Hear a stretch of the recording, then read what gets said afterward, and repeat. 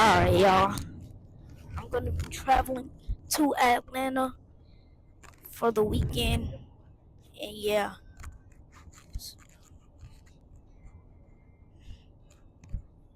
Yo, why y'all in this spot? Like, bro, just trying to get into. Oh, I'll fight you.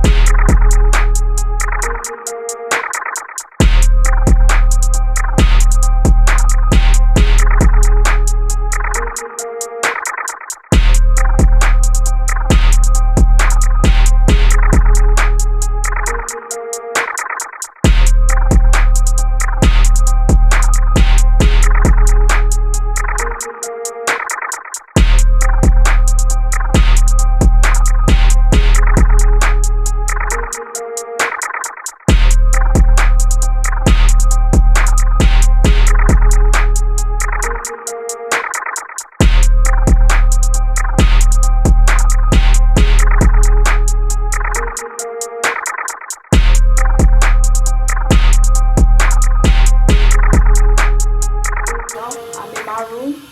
So, this is the restroom, of course. Get out of the room tour later.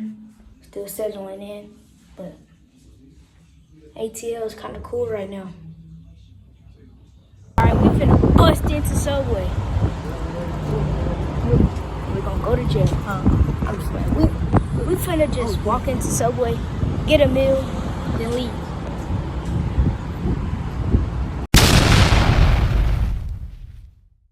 Alright, we at IHOP. This is day 2 of Atlanta.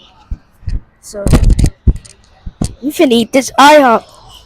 So, see y'all later. Stop recording me.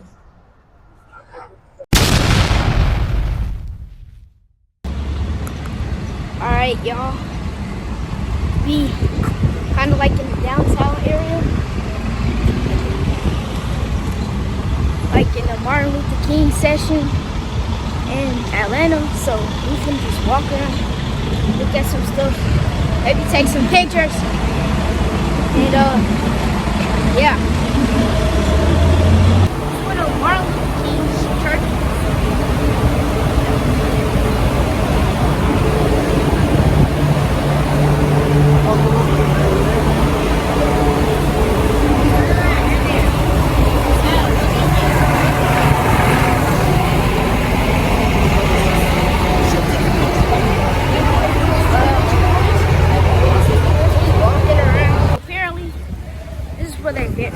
This is where they buried Martin Luther King at. Stuff in the water. Yeah. I'm free at last. Free at last. Thank God Almighty. I'm free at last.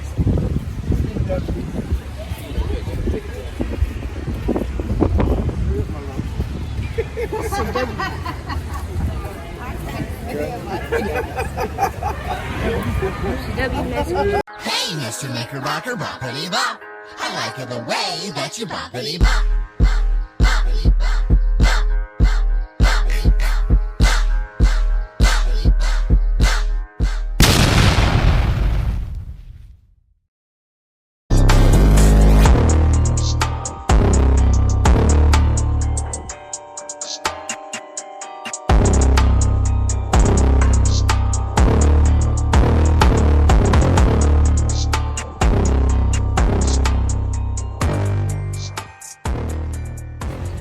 Yeah. Bring us in. Give What us kind a of drink do you speak. get when you order chicken at a restaurant?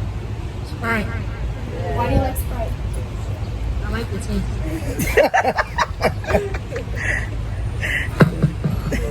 Favorite dessert. Yeah. Favorite dessert.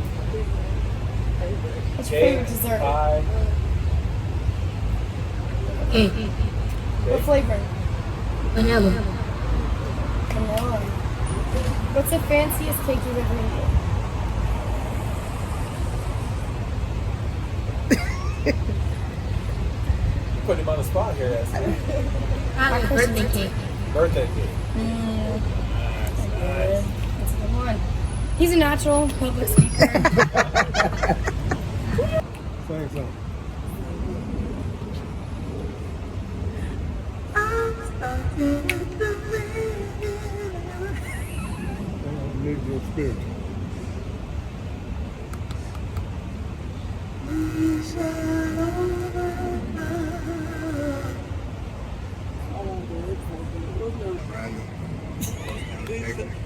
Brandon Calvin. Brandon Calvin, Boss County, Texas. Not doing nothing this Sunday. Come on, I take credit cards. I don't take no change. Got an ATM at the back. Thank you. What time does the service start? 5 o'clock in the morning. 5 o'clock in the morning. Oh man. Where's it at? 5:30. 5, just 30 minutes. 30 minutes. God ain't got no limit on that. Okay. Correct. Giving money. Giving money. All right. Where you coming from? Let me get my I'm a fat man from 1 through 10.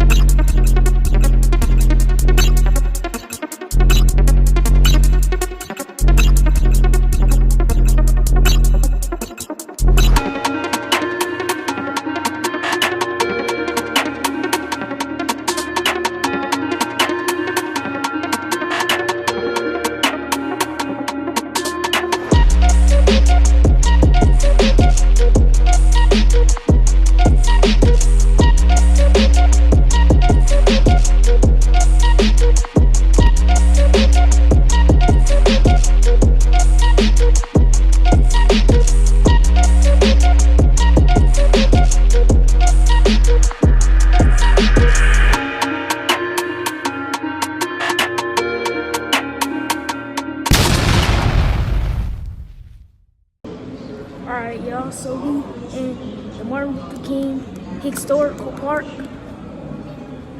We just finna look at some stuff, take pictures of stuff. Yeah. So let's get it.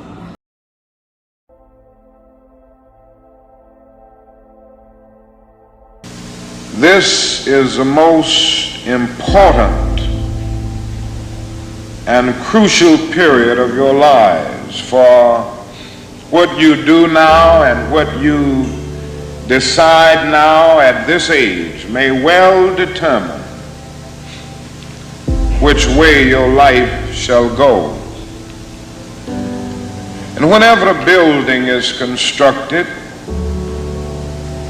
you usually have an architect who draws a blueprint.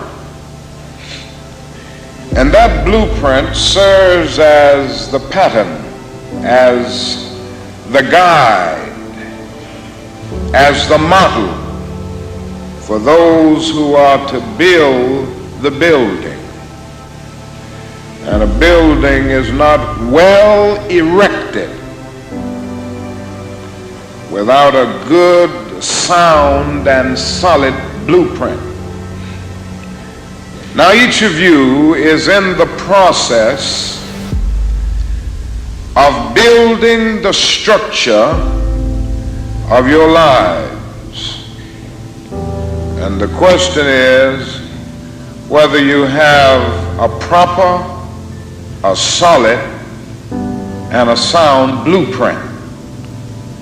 And I want to suggest some of the things that should be in your life's blueprint. Number one in your life's blueprint should be a deep belief in your own dignity, your own worth, and your own somebodyness.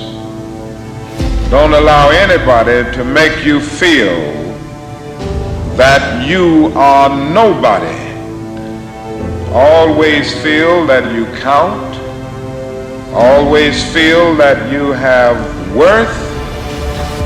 In your life's blueprint, you must have, as a basic principle, the determination to achieve excellence in your various fields of endeavor. You're going to be deciding as the days and the years unfold what you will do in life, what your life's work will be. And once you discover what it will be, set out to do it and to do it well. And I say to you, my young friends, that doors are opening to each of you. Doors of opportunity are opening to each of you that were not open to your mothers and to your fathers. And the great challenge facing you is to be ready to enter these doors as they open. Ralph Waldo Emerson, the great essayist, said in a lecture back in 1871 that if a man can write a better book or preach a better sermon or make a better mousetrap than his neighbor, even if he builds his house in the woods, the world will make a beaten path to his door. That hadn't always been true, but it will become increasingly true. And so I would urge you to study hard, to burn the midnight oil. I would say to you, don't drop out of school, and I understand all of the sociological reasons why we often drop out of school. But I urge you, in spite of your economic plight, in spite of the situation that you are forced to live so often with intolerable conditions, stay in school. And when you discover what you're going to be in life, set out to do it as if God Almighty called you at this particular moment in history to do it. And just don't set out to do a good Negro job, but do a good job that anybody could do. Don't set out to be just a good Negro doctor, a good Negro lawyer, a good Negro school teacher, a good Negro preacher, a good Negro barber, a beautician, a good Negro skilled laborer. For if you set out to do that, you have already flunked your matriculation exam for entrance into the University of Integration. Set out to do a good job and do that job so well that the living, the dead, or the unborn couldn't do it any better.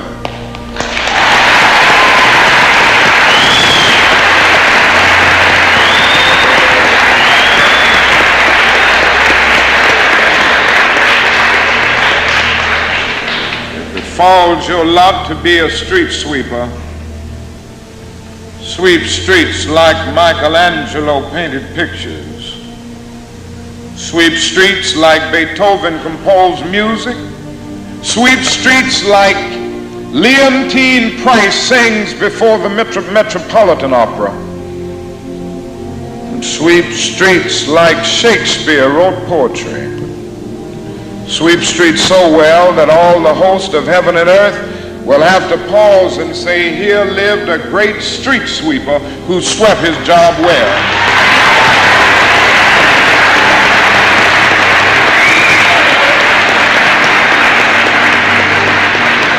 If you can't be a pine on the top of the hill, be a scrub in the valley. But be the best little scrub on the side of the rill. Be a bush if you can't be a tree. If you can't be a highway, just be a trail. If you can't be the sun, be a star. For it isn't by size that you win or you fail. Be the best of whatever you are.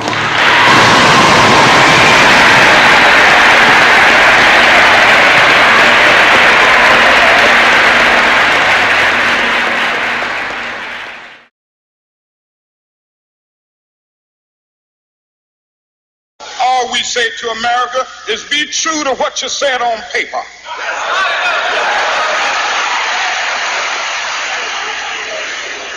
If I lived in China or even Russia or any totalitarian country, maybe I could understand some of these illegal injunctions. Maybe I could understand the denial of certain basic First Amendment privileges because they haven't committed themselves to that over there. But somewhere I read of the freedom of assembly. Somewhere I read of the freedom of speech. Somewhere I read of the freedom of press. Somewhere I read that the greatness of America is the right to protest far right.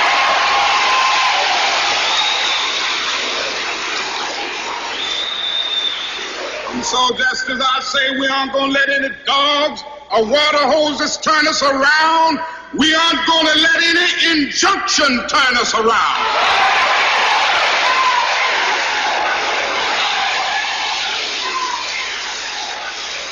Well, I don't know what will happen now.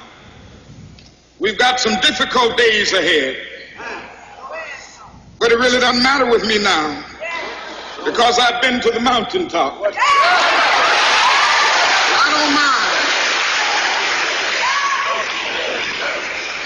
Like anybody, I would like to live a long life. Longevity has its place.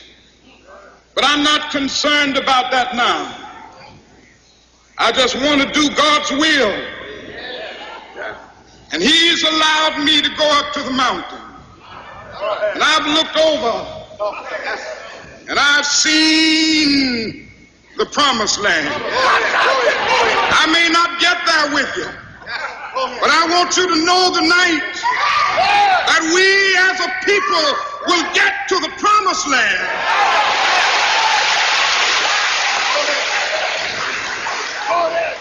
So I'm happy tonight. I'm not worried about anything. I'm not fearing any man. Mine eyes have seen the glory of the coming of the Lord.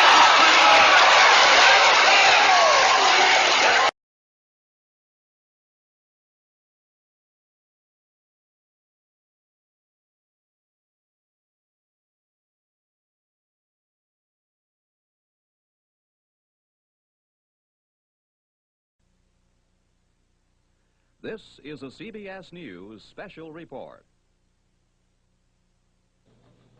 Dan Rather reporting for CBS News from New York. The Reverend Martin Luther King Jr. was shot to death by an assassin late today as he stood on a balcony in Memphis, Tennessee. Dr. King had planned to lead another civil rights march in Memphis next Monday. We got the latest on the story now from Russ Hodge, news director of WREC-TV. Y'all, we leaving the ATL, and I'll see y'all back in Texas. Oh shoot, drop my phone.